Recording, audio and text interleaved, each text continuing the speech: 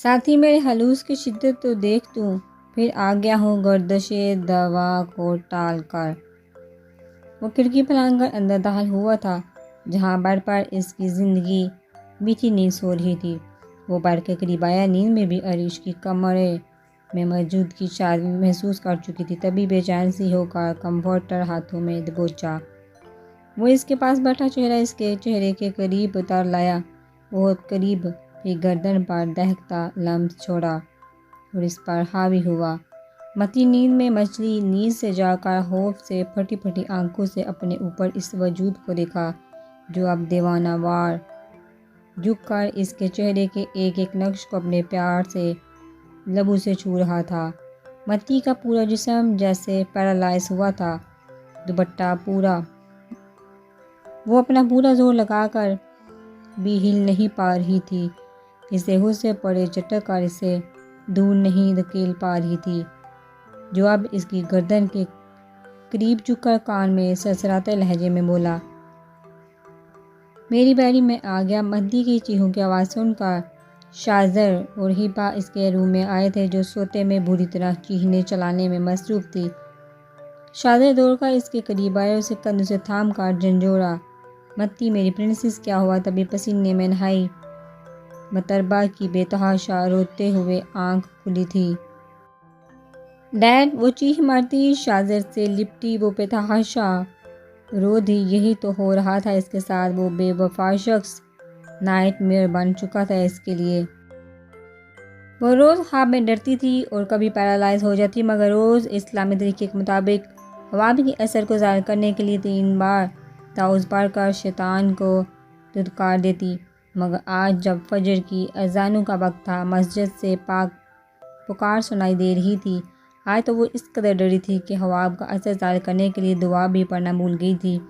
Dad, वो आ गया। Dad, ये विंडो ये बंद करें। डैड, मुझे नहीं चाहिए। डैड, वो आ जाएगा यहाँ से, मेरे पास आ जाएगा। डैड, मैं मर जाऊँगी। शाजर ये क्या बोल रही है? कौन आ जाएगा? हिबा इसकी हालत देखकर रो पड़ी और झंझला कर पूछ बैठी, प्लीज़ हिबा, तुम तो खामोश रहो। हवा में डर गई है, जाने कैसा ख्वाब होगा। शाजर ने हिबा को खामोश करवाया। प्रिंसेस, कोई नहीं आएगा, चुप करो तुम। कोई नहीं, किसी की इतनी जुर्रत नहीं यहाँ आए। Don't cry my child.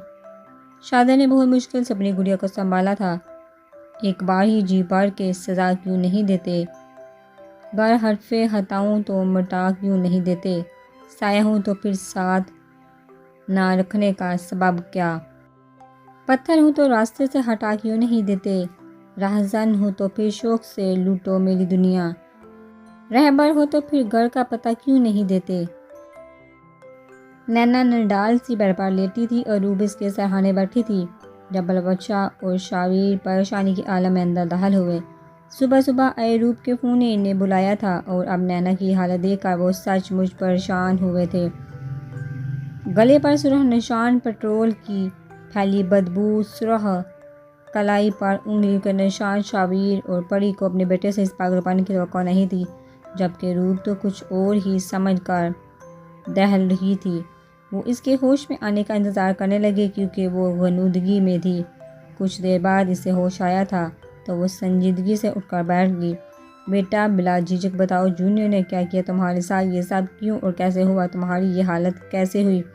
Palwasha ने इसके पास बैठ कर पूछा। अब वो क्या बताती? इसे कोई गिला नहीं था। आहर अपना ही बोया काट रही थी, अपना ही किया भुगत रही थी, मगर फिर भी इन सब को तसल्ली के लिए सब कुछ बताती चली गई।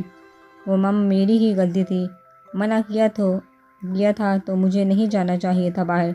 वो नज़रें झुकाकर बोली। परवशा को गुस्सा आने लगा था शाजर पर। लड़की के साथ ये सलूक करना तो नहीं सिखाया था इसने अपने बेटे को।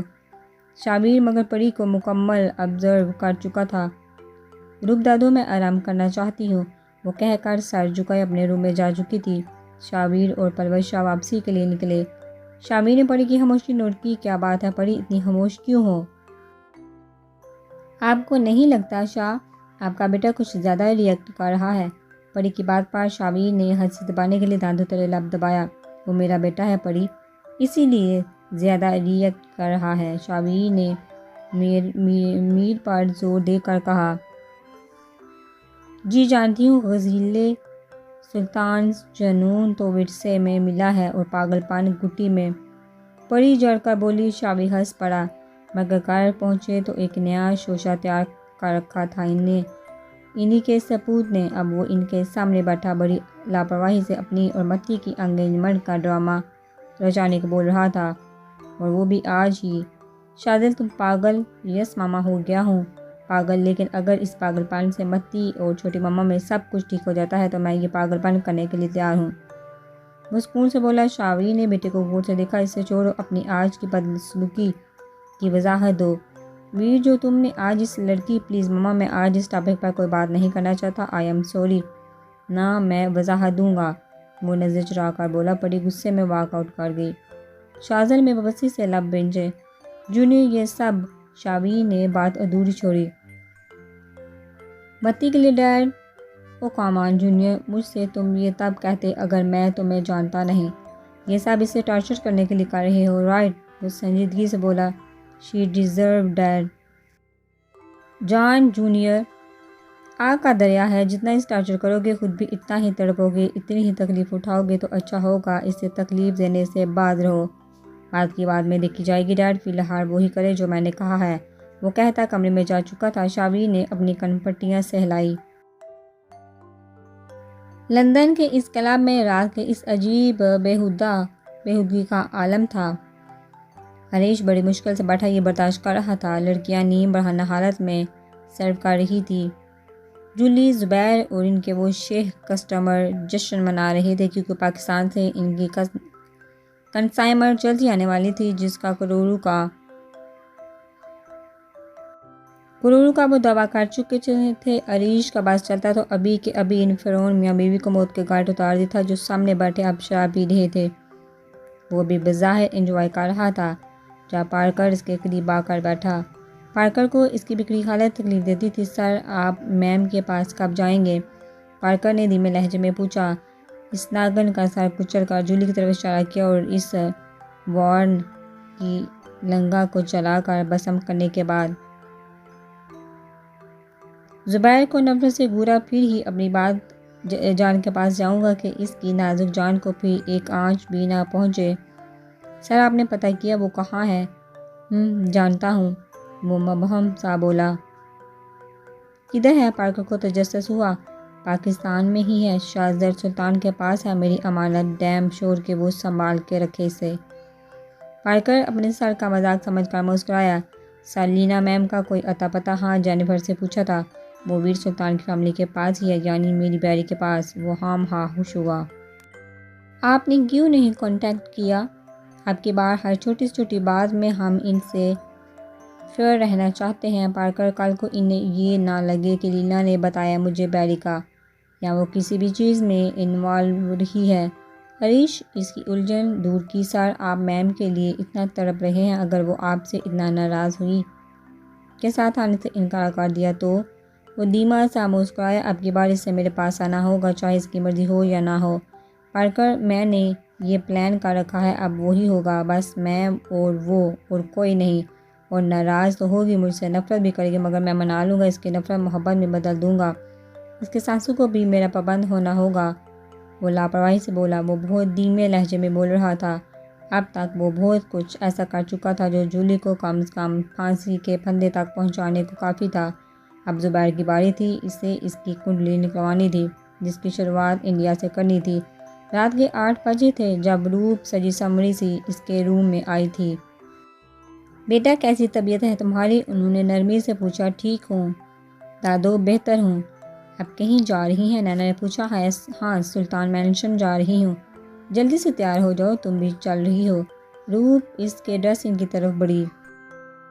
नैना के दिल की धड़कन बेतरतीब हुई। मगर दादो, वीर की टेंशन मत लो, आज खुद इसने परमिशन दी है तुम्हें सुल्तान मैंशन आने की। आज इतना बड़ा दिन जो है। पगला खुश होगा, आहर बचपन की दोस्त है। नैना ने उलझन और हैरत भरी निगाहों से रूप को देखा। ये बात ख़त्म करना ज़रा मुश्किल थी कि इसे वी ने इजाज़त दी है। उफ, मैं भी क्या बोले जा रही हूँ, तुम्हें थोड़ी समझ आ रही होगी। आज वी और मती की एंगेजमेंट है। जल्दी से रेडी हो जाओ। नैना ने हाली हाली निगाहों से रूप को देखा। हाथम मेंशन की दीवारें इसके सर पर गिरी थी। जैसे मती को मालूम ना था कि नैना अरीश की बहन है, वैसे नैना को भी अरीश ने निकाह के बारे में बेखबर रखा था। वो दादो, मेरी इतनी भी तबीयत ठीक नहीं। वो मैं गले में फंदा लग गया था, अल्फाज गले में अटके। लो भाई, तो तुम कह रही थी बेहतर हो। वीर के ख्याल से मना मत करो और प्रॉमिस करो अगर तुम कंफर्टेबल नहीं रही तो मैं ड्राइवर के साथ तुम्हें इसी वक्त वापस भेज दूंगी। रूप ने एक ब्लैक ड्रेस निकाल के इसके आगे बढ़ाया। इसने स्याह लिबास को देखा और अपने स्याह पर्दे मुकद्दर को आज की निस्बत से ये स्याह मातम रंग खूब ही हिस्से में आया था। इसके ब्लैक फ्रॉक, ब्लैक चूड़ीदार पजामा और बड़ा सा बारीक स्याह दुपट्टा। अगर आप चाहते हैं कि मैं आऊँ तो मैं आऊँगी। अगर मुझे तड़पा कर आपको सुकून मिलेगा तो ये तड़प सर आँखों पर। अगर मुझे खून रोते देख आपके दिल की आग पर ठंडे छींटे पड़ेंगे तो सौदा महंगा नहीं। शाहज़द सुल्तान वो दिल में इस सितमगर से मुखातब थी।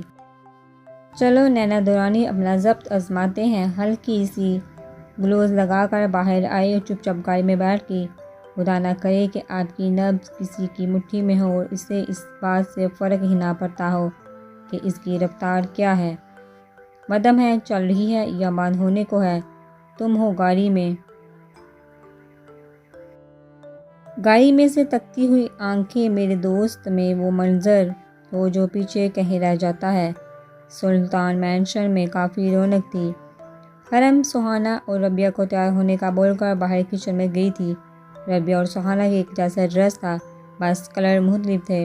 लॉन्ग फ्रॉक थी। रबिया तैयार हुई, सुहाना ने मदद की, मगर जब वो फ्रेश होकर बाहर आई तो रबिया मैडम गधे के सर से सींग की तरह गायब थी।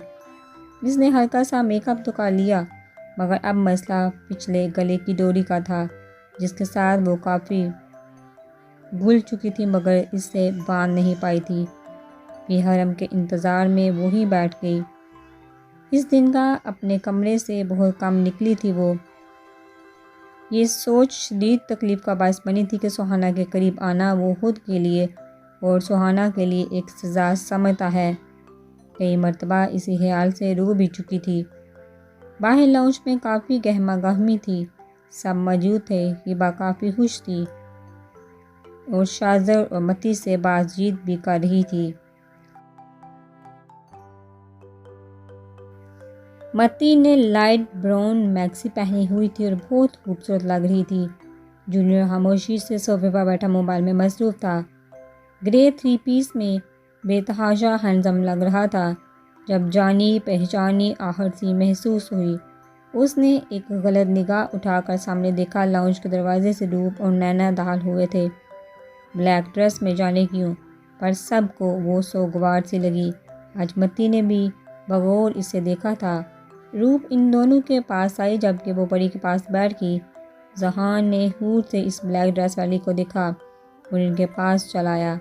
दूसरे सोफे पर बैठकर परी और नैना से बातें करने लगा। अब सब मौजूद थे। हरम ने इधर उधर देखा। शाहजैन, जाओ सुहाना को बुला लाओ। हरम ने कहा तो वह उस बात में सर हिलाता इसके रूम की जानब आया। इस दिन से कम ही सामना हुआ था सुहाना बीबी का इससे। ये भी मसला था इसकी धड़कनों को पूर जगा कर मैडम जाने क्यों अब चुपी फिर रही थी। वो रूम में दाखिल हुआ तो बना उठा। आहर पाकर सुहाना बेड से उठी। हरम मामा ये, मगर पीछे मुड़कर देखा तो सांस अटक गई।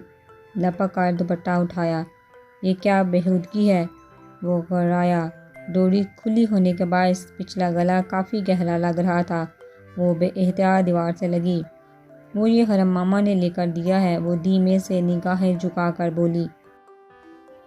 तब इसने गौर किया कि रबिया ने भी ऐसा ही ड्रेस पहना है। वो संजीदा सा करीब आया। ब्राउन 2 पीस में जालिम बला का हैंडसम लग रहा था। अब वो सुहाना के बिल्कुल रूबरू था। सुहाना का सांस अटका जब शाहजैन ने इसकी वेस्ट पर हाथ रख कर खुद के करीब किया। सुहाना का चेहरा लाल टमाटर हो गया, मगर इसने कमर के पीछे से हाथ ले जाकर डोरी थामी। हलाची की दिलफरेब महक सुहाना के सांसों से टकराई। शाहजैन की उंगलियों ने इसकी कमर को टच किया।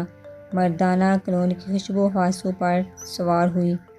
इधर वो भी तो इससे मबहूत सा देखे जा रहा था, जो हल्के मेकअप में नक्सक सी तैयार हुई। इसका दिल धड़का गई थी।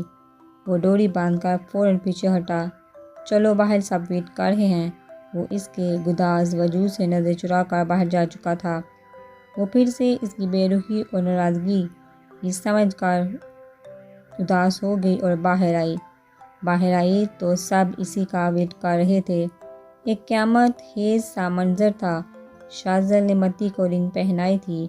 नैना की निगाहों के सामने समंदर किनारे का एक मंजर लहराया, जब वो दोनों समंदर किनारे पत्थरों पर बैठे थे। ये तुम्हें पता है, आज मैं तुम्हारे लिए कुछ लाया हूँ। नैना ने सवालिया निगाहों से इसे देखा था। तब वो अपनी पगड़ियाँ कंगालने लगा। ओह, मुझे लगता है मैंने वो चीज़ गुम कर दी, इसने अफसोस से कहा, मगर आंखों में शरारत थी। नैना का मुंह लटक गया। तब वो कहकर लगा का हंसिया, वैसे तुम मुंह लटकाए बिल्कुल सड़ी जलेबी लगती हो। नैना की आंखें सदमे से फटी। वो गुस्से में उठकर जाने लगी। जब एहतियार भी ने उसका हाथ थामा तो वो तवाज़न बरकरार ना रख पाई और उसके कुशादा सीने से टकराई थी। दोनों के दिल की धड़कनें अथल पिथल हुई थी। वो बहुत करीब थी जब वी ने हाथ थाम कर इसकी उंगली में वो रिंग पहनाई थी। इसके बाद नैना के किचन में भी इसने दोबारा इसके दूसरे हाथ में रिंग पहना कर यूरोप की किस वाली रस्म का कहकर इसे छेड़ा था। हाल तालियों से गूंजा तो वो फ्लैशबैक से निकली थी। आंखों में एक समंदर इकट्ठा होने लगा था। वी ने मती को रिंग पहनाकर एक नज़र इस सिलसिला लबास वाली को देखा।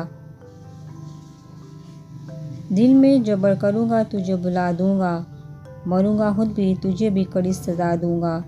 एक नज़र पास बैठी मतरबा शाहज़र सुल्तान के सोगवार चेहरे को देखा। वफा करूँगा किसी सोगवार चेहरे से, पुरानी कब्र पे कतबा नया लगा दूँगा। नैना को बाज़ार इतने सुकून से बैठे देख वी ने बुरी तरह पहलू बदला। मती ने एक नज़र नैना का खून निचड़ा चेहरा देखा और सोफे पर मजीद वीर के करीब खिसक आई। वो तो पहले ही से अंगारे चबा रहा था। झटपटाया, व्हाट्स प्रॉब्लम विद यू चुटकी। वो दांत पीस कर मगर धीमे से गराया। ओह डोरेमोन बेबी का ये रिंग वाला गैजेट काम नहीं कर रहा, सो सैड। इसने साफ मजाक उड़ाकर हिसाब बेबाक किया। इधर नैना ने पहलू बदला। सांसों में जलन, सीने में तूफान सा क्यों है? इस शहर में हर शख्स परेशान सा क्यों है? अंदर की जलन ने पूरा जिस्म फूंक डाला था। तभी बुहार ने शिद्दत एहतियार की। वो उठकर रूप के पास गई। रास्ते में जहां ने रोक लिया। मेरा ख्याल आपकी तबीयत ठीक नहीं, आपका चेहरा बहुत सुर्ख हो रहा है टेम्परेचर से। आपको वो करीब खड़ा तफक्कर से पूछ रहा था और इस मंजर ने किसी का खून उबाला था। जी, नैना ने मुँह से जवाब दिया और इग्नोर करके रूप के पास चली गई। वो भी पीछे ही गया। रूप दादो, मेरी तबीयत ठीक नहीं। इससे खड़े होना मुश्किल हो गया था। रूह परेशान हुई। चलो बेटा घर चलते हैं, मुझे तो ख्याल ही नहीं आया। तभी बड़ी करीब आए रूह। मामा, मगर खाना तो खा ले थोड़ा सा, नैना भी खाने खा लेगी और जाकर बस मेडिसिन लेकर सो जाएगी। नो मामा प्लीज़, मुझे नहीं खाना, नैना ने निढाल सा कहा। पगली हो बिल्कुल, चलो आओ। इसे डाइनिंग टेबल पर बिठाकर रूह भी इसके करीब बैठ गई। हम बाद में खा लेंगे हाला, मुझे भी शदीद भूख लगी है, मुझे भी अभी दे दे खाना। वैसे भी मैं रूप दादो के साथ इन्हें घर तक छोड़ने जाने वाला हूँ, जहां ने नैना को फोकस करते बोला। परिमिन ने असबाब में सर हिलाकर खाना सर्व कर दिया। जहान बार बार रूप और नैना को गे उठा कर दे रहा था। नैना ना इनकार कर रही थी ना इकरार। वाजिस के हाथ से डिश लेकर टेबल पर रख देती। शाबिर सुल्तान कब से सोफे पर बैठा अपने बच्चों के तमाशे मुलाहजा फरमा रहा था। अब भी बेटी की डाइनिंग टेबल की तरफ उठती वक्तन फ़ोक्तन होनहार नज़र शाबिर से छुपी हुई नहीं थी। कहा भी तो मत खेलो आग से, अपने हाथ और दामन भी नहीं बचा पाओगे। रूप ने खाना खाया, नैना ने तो चंद नवाले ही जहर मार किए थे। आंसू का फंदा गले में लटका हुआ था। खाना कैसे नीचे उतरता। खाना खाकर वो निकले थे। जोहान भी इनके साथ था। तभी शादिल भी सबसे नज़र बचाकर वहाँ से अपनी हैवी बाइक पर आग बना इनके पीछे ही निकला था। शाबीर का दिल किया अपना माथा पीट ले, पता नहीं अब क्या कहर डालने निकला था।